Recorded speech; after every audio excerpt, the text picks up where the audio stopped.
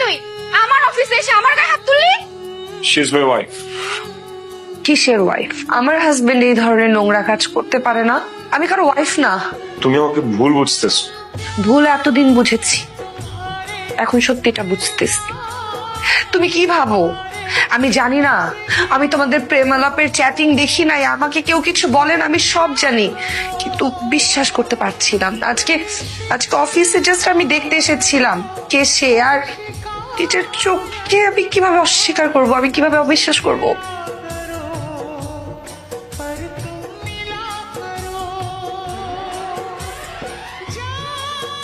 আমিও দেখবো তুই কিভাবে রোমানের সাথে সংসার করিস।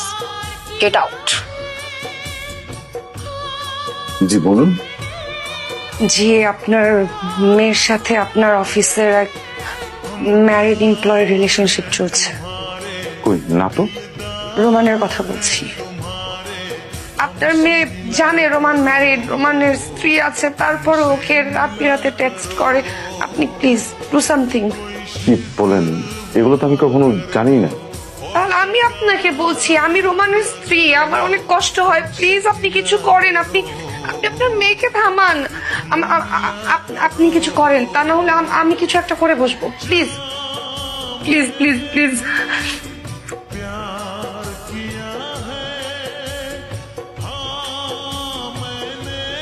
খুশি হয়েছ? ভালো লাগতেছে না? শান্তি পাইতেছ না? শান্তি? হ্যাঁ, শেষ, চাকরিটা শেষ। চোখে পলকে আমার চাকরিটা নাই হয়ে গেল। আরে খালি চাকরি নাই হলে তো বুঝতাম আরেকটা জায়গায় চাকরি নিতাম। এমন মানুষের কাছে যে তুমি কমপ্লেন করছো, you was the god damn BGM head. আমি শুধু এই কোম্পানিতে নেই, সেক্টরের কোনোদিন চাকরি করতে পারবো না। কোনো কথা বলা দরকার নেই।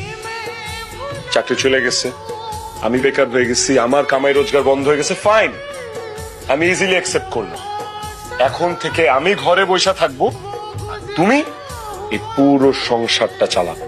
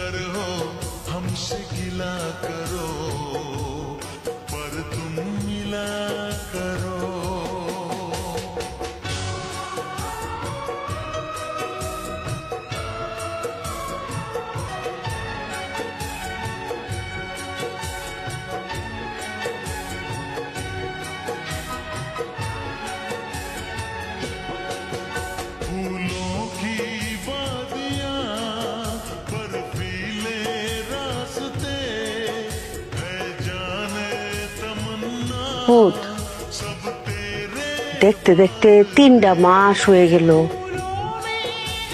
কি সিদ্ধান্ত নিলি? সিদ্ধান্ত আর কি, সিদ্ধান্ত আগে যেটা ছিল সেটাই সিদ্ধান্ত।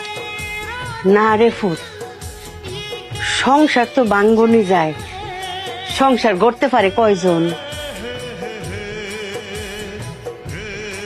আমার মনে হয় কি, বৌমার লগে যদি একটু কথা কইতি, কিংবা আমি নিজে যদি একটু কথা কইতাম, বুঝাইতাম।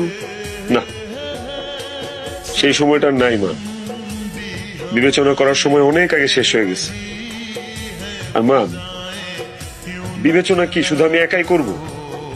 ঠেকাটা শুধু আমারই।